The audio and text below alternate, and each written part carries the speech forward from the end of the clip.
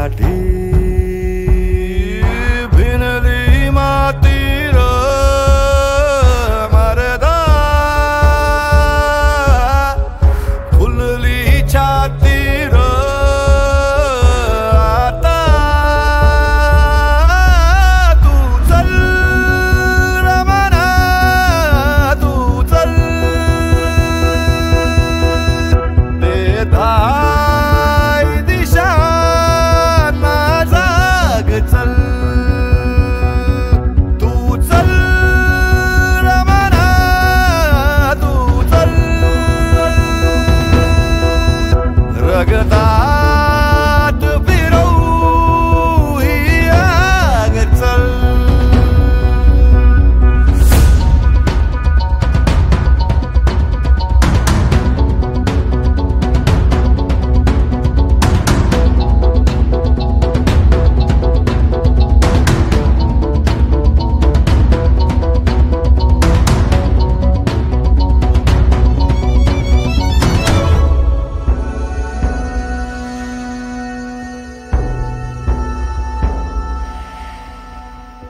जिंदगी नाही वनवा तू दुनिया डावी उजवा तू ताऱ्यांसाठी धावत्याला हासत्यात तार काळोखाशी स्पर्धा ज्याची तो स्वतः तारा तारा तुटला र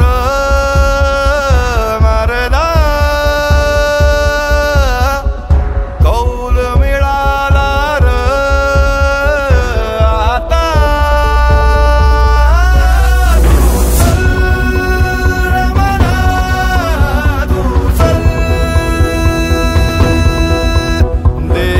बेधाय दिशा ना जाग चल तू चल रमणा तू चल रगतात फिरवू ही आग चल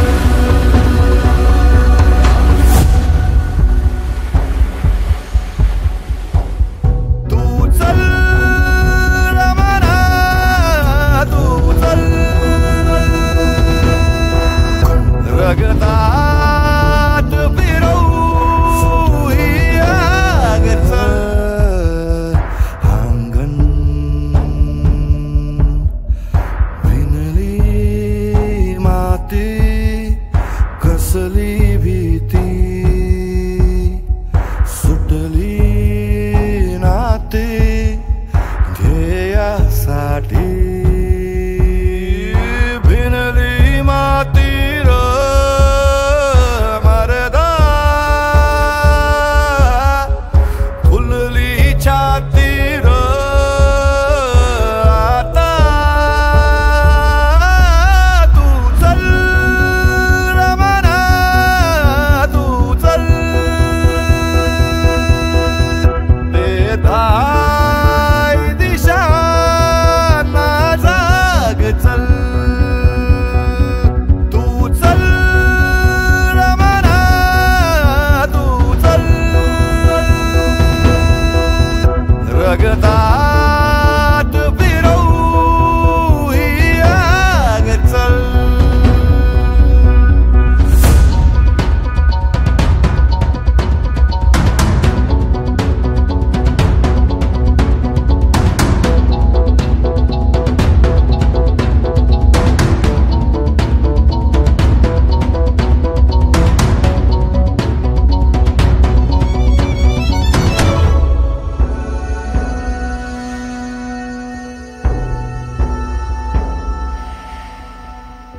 जिंदगी नाही वनवा तू दुनिया डावी उजवा तू ताऱ्यांसाठी धावत्याला हासत्यात तार का काळोखाशी स्पर्धा ज्याची तो स्वतः तारा र.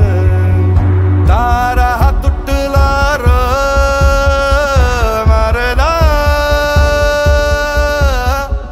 कौल मिळाला र आता. नमस्कार. मंचावर उपस्थित श्रीमती कविता अग्रवाल, कोल्हापूर जिल्ह्याचे प्रमुख सत्र न्यायाधीश, जिल्हा सत्र न्यायाधीश, कोल्हापूरचे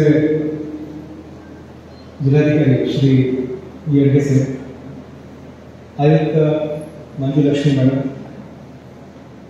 श्री कार्तिकेय मुख्य कार्यकारी अधिकारी, निलेश खारगोडे पाटील अतिरिक्त पोलीस अधीक्षक गडिंग्लस, ओमप्रकाश देवडे आयुक्त महापालिका इचलकरंजी, श्री विवेकानंद घाडके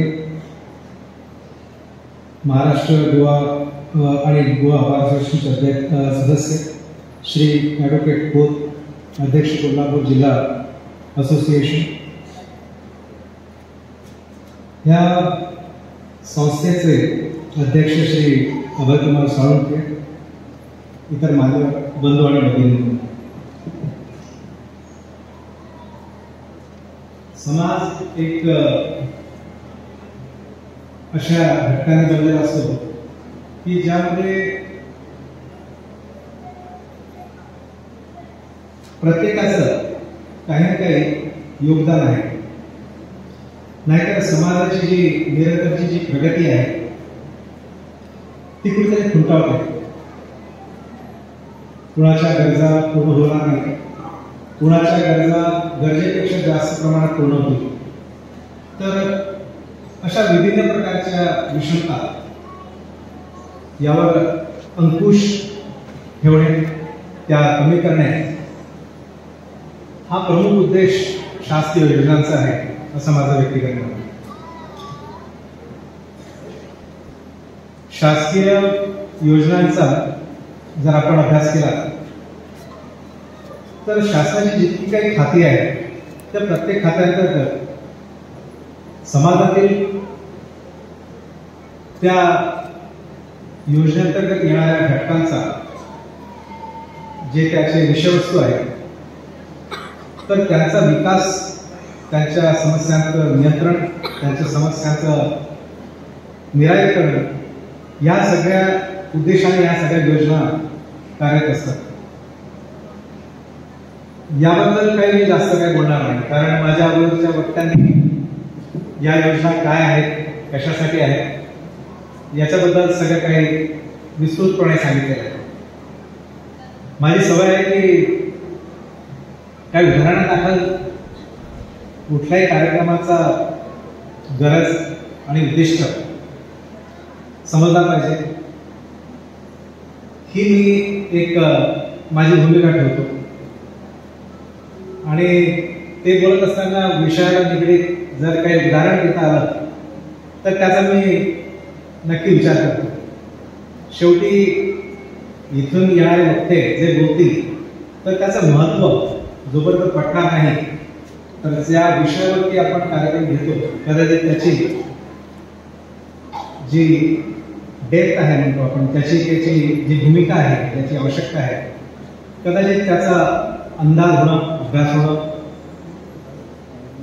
कुठेतरी त्याच्यामध्ये व्यत्यय येऊ शकतो किंवा ते पूर्ण आपल्याला कळू शकत नाही.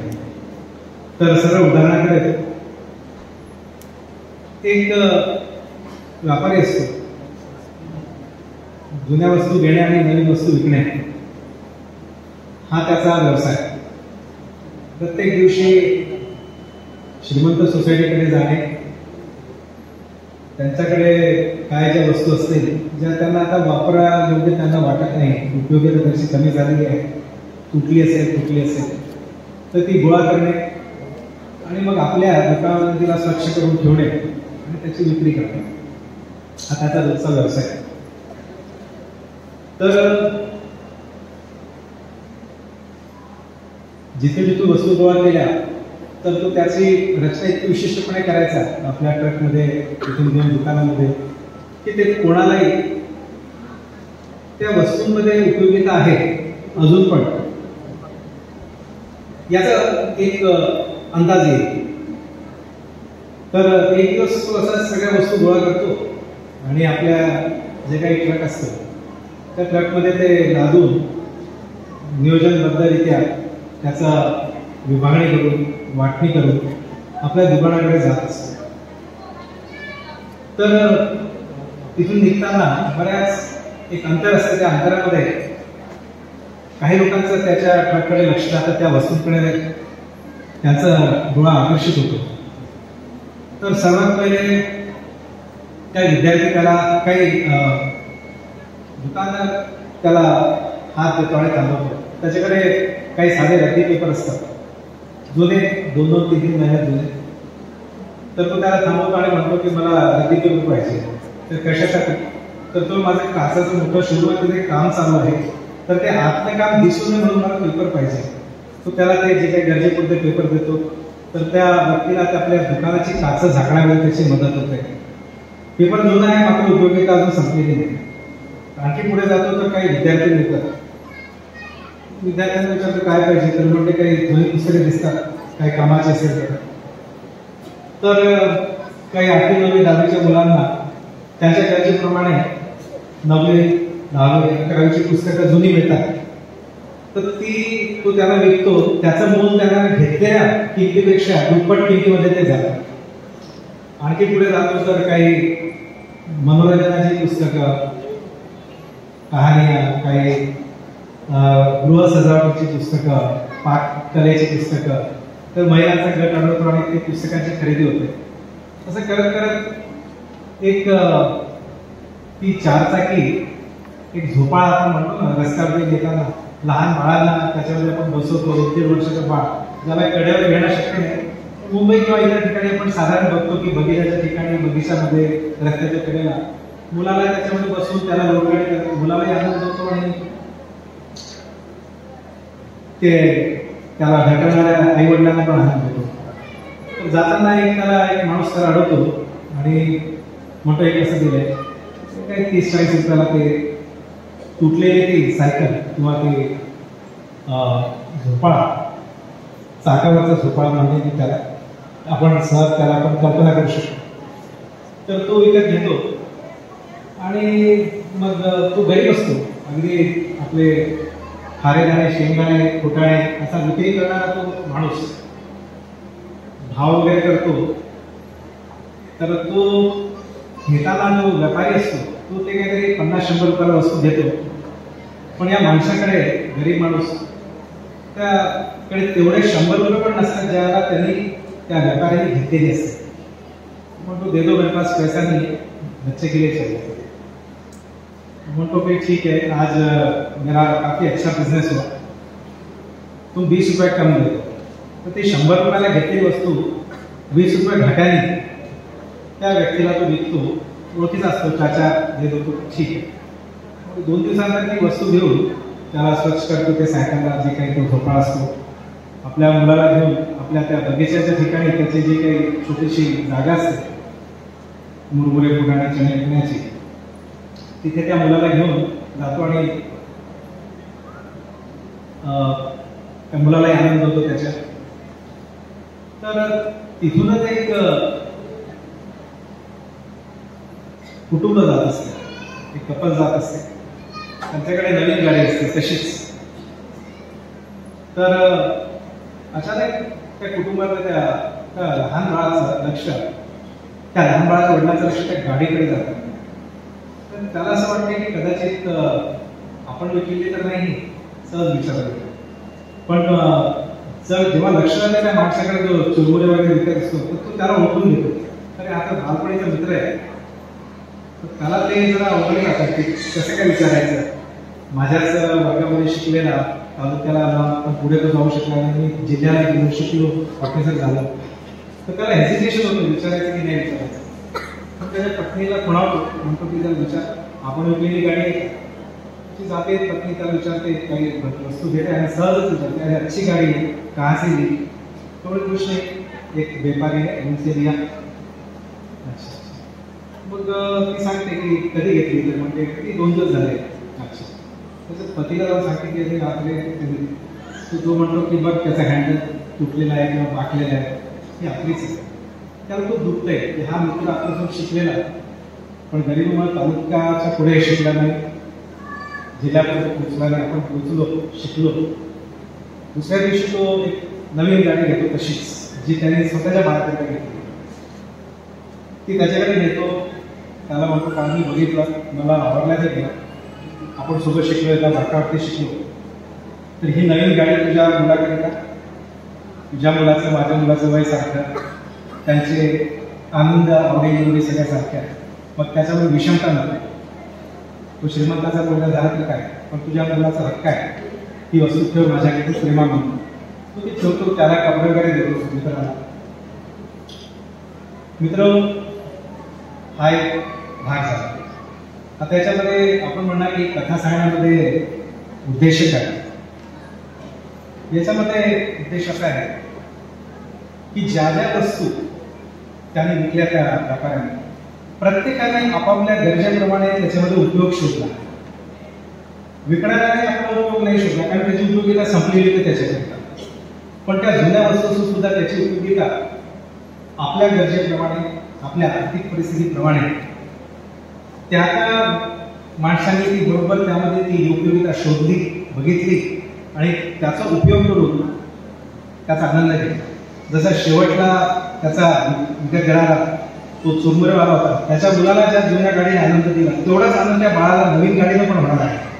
मुद्दा आहे की तो त्याचा ट्रक आणि आज आपण इथे जमा केलेल्या या योजना आणि हे जी जागा आहे, या जागेमध्ये आपण त्या ट्रकप्रमाणेच आपल्या योजना सुरळीतपणे व्यवस्थितपणे आपण मांडलेल्या आहेत. तर या योजना ह्याच माध्यमातून आपल्याला त्या गरजूंपर्यंत पोहोचवायच्या आहेत आणि प्रत्येक गरजू त्या योजनेमध्ये कुठेतरी लपून बसलेल्या तिथे बसलेल्या आहे. तर त्या योजना जशा त्या वस्तू त्याचा उपयोग त्याच्या शेवटच्या ग्राहकापर्यंत पोहोचल्या, तशाच या योजना अगदी समाजाच्या प्रत्येक कोपऱ्यामध्ये पोहोचाव्यात, हा त्याच्या मागचा प्रमुख उद्देश आहे.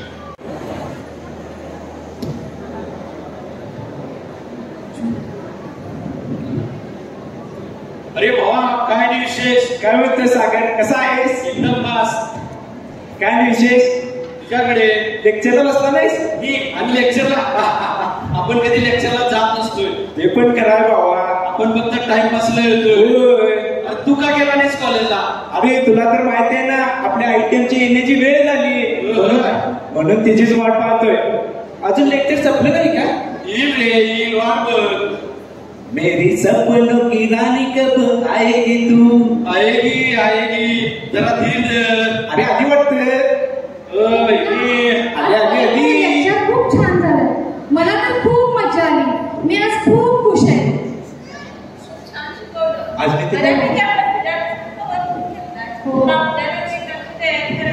हो, एक्झामची तयारी करायला पाहिजे. दिसला बघा, सगळ्या आजचा दिवस बेकार गेला माझा. अगं, आपल्या कॉलेजमध्ये रोहित सतत माझ्या पाठीमागे फिरत असतो, सतत मला काहीतरी म्हणत असतो. मला तर पुस्तकाचा वैताग आला आहे. इकडे लक्ष द्या, आम्ही तुमच्यासाठी थांबलोय. मेवणी वहिनीची पाहुणी. हॅलो स्वाती, कशी आहेस? अरे काहीतरी बोल ना. मला नाही बोलायचं तुझ्याशी. अगं, माझं तुझ्यावर खूप प्रेम आहे, तू मला खूप आवडतेस. पण मला नाही ना आवडत तू. आज मी तुझ्यासाठी काहीतरी आणलंय. मला नाही बघायचं.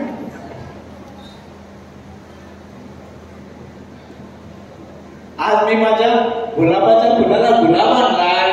तुझे गुलाब ठेव तुझ्या पाशीच, नको मला. अरे तू अशी का करायलीस? माझा प्रेमाचा असा अपमान केलास, आता तर मी तुला सोडणारच नाही. अरे सोड ना, सोड ना. असा तो अपमान केलास. ऐक, सोड ना, सोड. अरे हिला बघण्यात सोडत नाही. सोडणार नाही.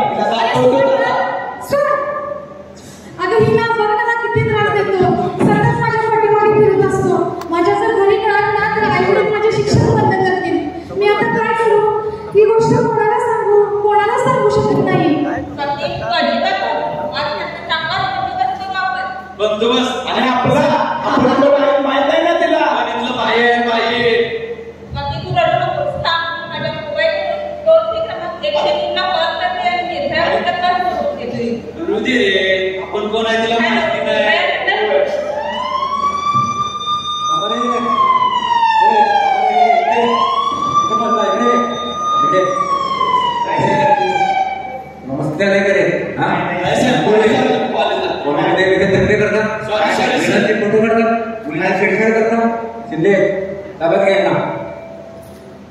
तुम्ही काही काळजी करू नका. तुमच्या संरक्षणासाठी आणि रक्षणासाठी आम्ही या ठिकाणी आलो आहोत आणि तुम्हाला या आरोपीपासून किंवा त्रास होणार नाही याची मी आज या ठिकाणी तुम्हाला शाश्वती देतो. तसेच आज या ठिकाणी उपस्थित माता व भगिनींना मी सांगू इच्छितो की दिल्लीमध्ये झालेल्या निर्भया हत्याकांडानंतर महिलांच्या सुरक्षिततेसाठी आणि संरक्षणासाठी निर्भया पथकाची स्थापना केलेली आहे, ज्यामध्ये तुमच्या बाबतीत तसेच आपल्या भागामध्ये असणाऱ्या महिला व लहान बालके यांच्यावर अत्याचार होत असतील, छेडछाड होत असतील तर तुम्ही तात्काळ आमचं निर्भया पथक टोल-फ्री क्रमांक 100 व 103 वर आपला संपर्क साधावा, आपल्या तक्रारी नोंदवाव्या, जेणेकरून आम्ही त्या ठिकाणी तात्काळ उपस्थित राहून संबंधितावर कारवाई करू. आमचं हे पथक शाळा, महाविद्यालय व सार्वजनिक ठिकाणी टेहाळणी करणं व संबंधितावर कारवाई करणं, त्यामुळे आमचं हे पथक तुमच्यासाठी 24 तास उपलब्ध आहे. आणि म्हणूनच निर्भया पथक म्हणजे महाराष्ट्र पोलीस सदरक्षणाय खला निग्रहणाय. तुमची सुरक्षा आमची जबाबदारी. प्रामाणिकपणे बोलायची गरज आहे. आपला एकच प्रॉब्लेम सॉल्व.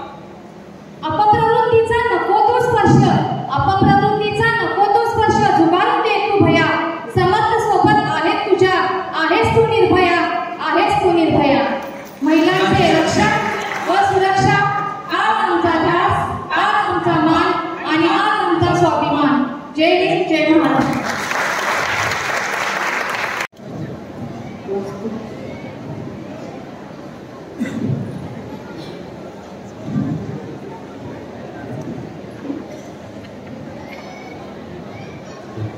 बोला साहेब, काय होतं तुमचं?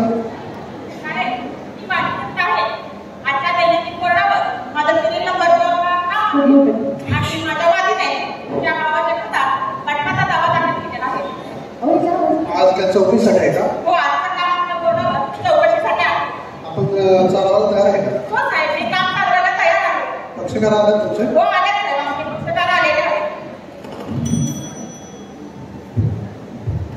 पक्षकारांना करून घ्या. राजेश पाटील, पाटील.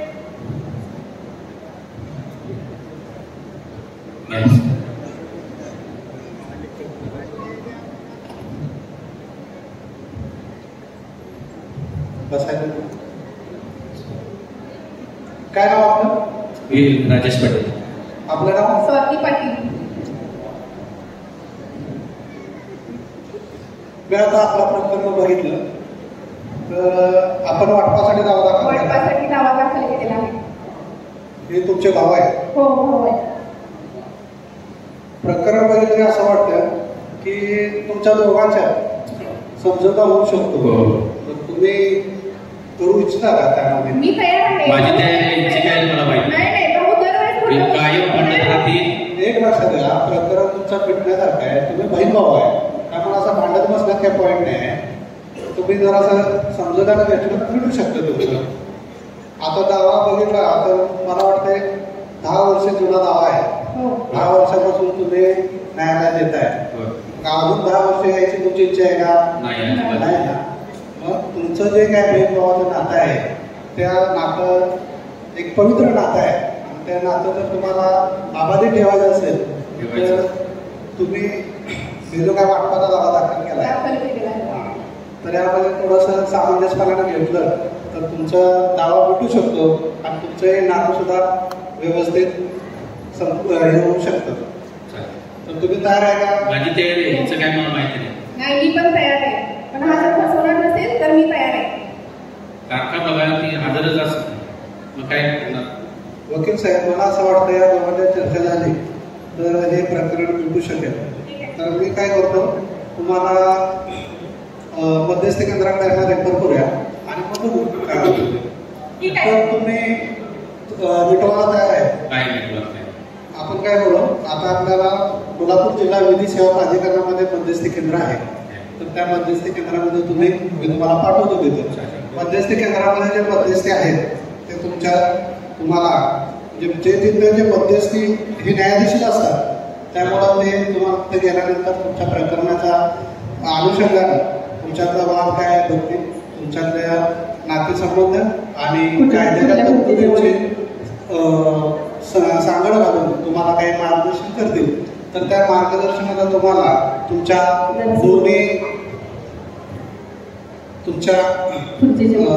दोघांच्या मध्ये समझोता व्हायला मदत होईल. तुम्ही जायला तयार आहे? वकील साहेब यांचा फॉर्म भरून घ्या, त्याच्यावर सहाय्य देऊन त्यांना मेडिसिनला घेऊन जावा. त्यांच्या सहाय्य घ्या आणि ठीक आहे.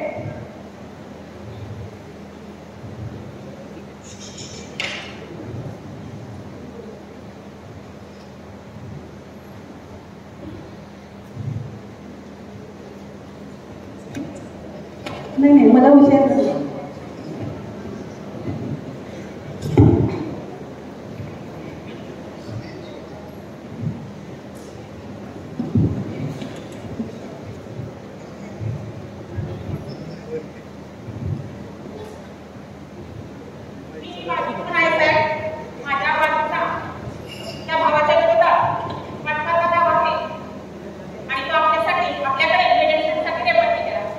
ठीक आहे, तुमचे पक्षकार आलेले आहेत का?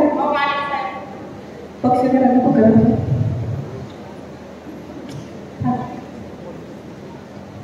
पक्षकारांना पकडून घ्या. राजेश पाटील, स्वाती पाटील.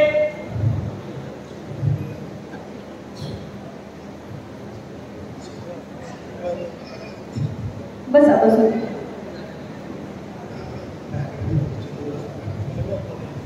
बोला, काय आहे तुमचं मॅडम?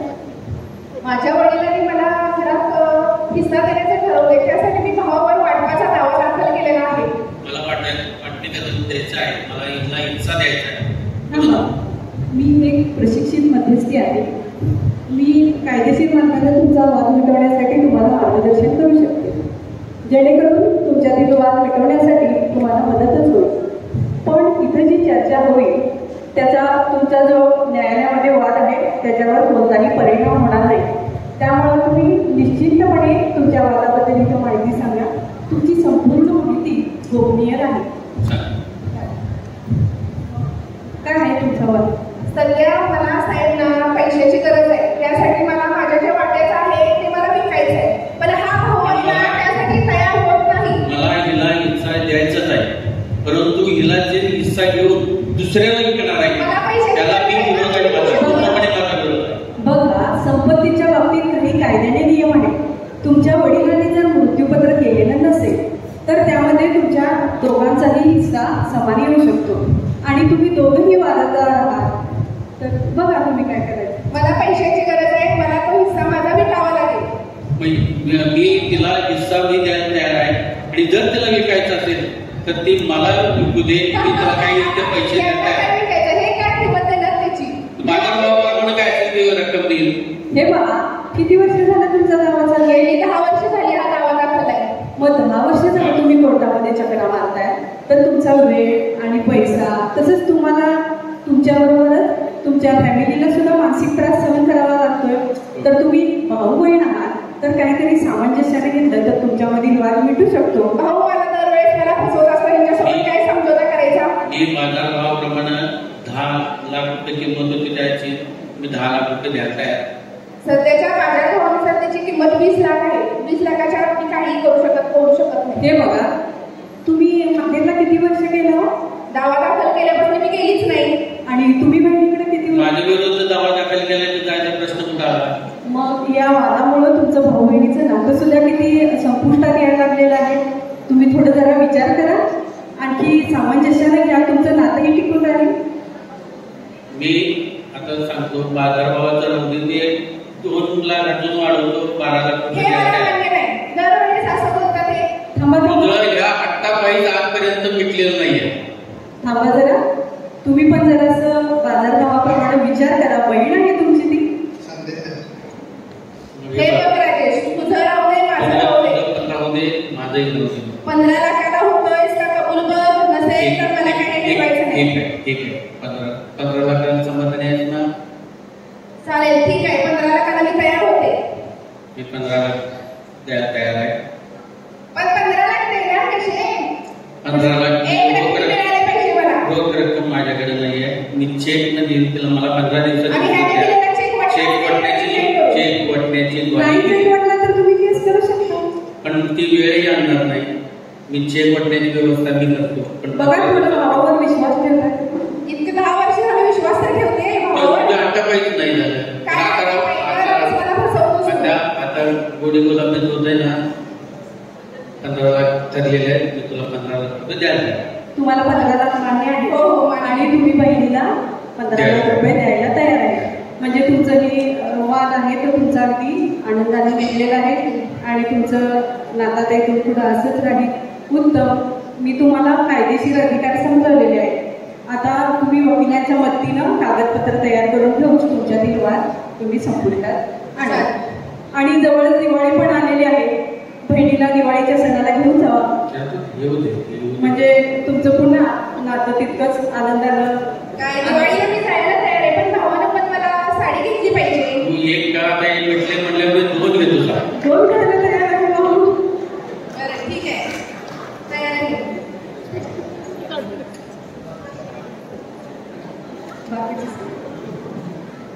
वकिलांना बोलू.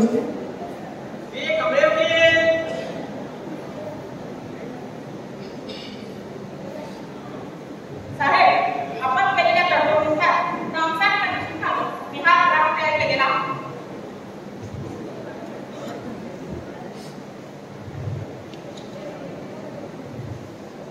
तुम्ही दोघं वाचून घ्या आणि त्याप्रमाणे तुमच्या सह्या करा. लागेल. किती रक्कम घातली? अजून पण विश्वास नाही.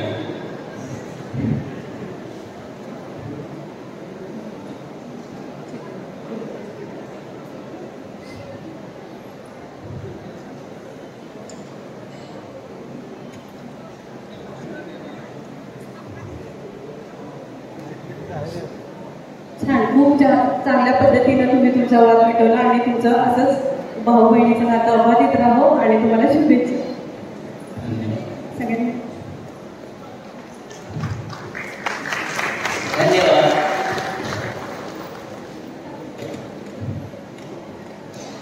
नमस्कार लोक. पाहिलं का आपण वर्षानुवर्ष 10 वर्ष झाली आमचा चाललेला हा प्रलंबित वाद हा मध्यस्थी केंद्राच्या मार्फत मिटलेला आहे. तरी आपण या योजनेचा लाभ घेऊ शकताय. नमस्कार मंडळी. आत्ताच आपण पाहिलं की 2 बहीण भावाने आपला जो वर्षानुवर्ष खटला त्यांचा चालू होता तो त्याने अगदी मध्यस्थी केंद्रात येऊन अवघ्या 10 मिनिटात विटरला आहे. त्याचप्रमाणे आपणही आपल्यात काही वाद असतील किंवा काही खटले प्रलंबित असतील तर आपण कोल्हापूर जिल्हा वकील सेवा प्राधिकरण कडील मध्यस्थी केंद्रामध्ये येऊन आपले वाद आपण मिटवू शकता. मध्यस्थी केंद्रामध्ये जे मध्यस्थी करतात ते एक न्यायाधीशच असतात आणि ते प्रशिक्षित असे मध्यस्थी असतात. त्यामुळे ते तुमच्यातील वादाचं स्वरूप लक्षात घेऊन तुमच्या नातेसंबंध आणि कायद्यातील तरतुदींचा विचार करून आपल्याला योग्य ते मार्गदर्शन करतात आणि त्या मार्गदर्शनामुळे तुम्हाला तुमच्या जे काही वाद आहे ते वाद मिटवण्यासाठी त्याचा उपयोग होतो. तर कोल्हापूर जिल्हा वकील प्राधिकरणामध्ये मध्यस्थी केंद्रामध्ये येऊन आपणही आपले असे वाद मिटवावे आणि असे केल्याने तुमचा वेळ तर वाचणारच आहे, पैसा वाचणारच आहे, त्याचबरोबर आपल्याला नातेसंबंध हे कायम प्रेमाचे आणि सलोख्याचे राहणार आहे.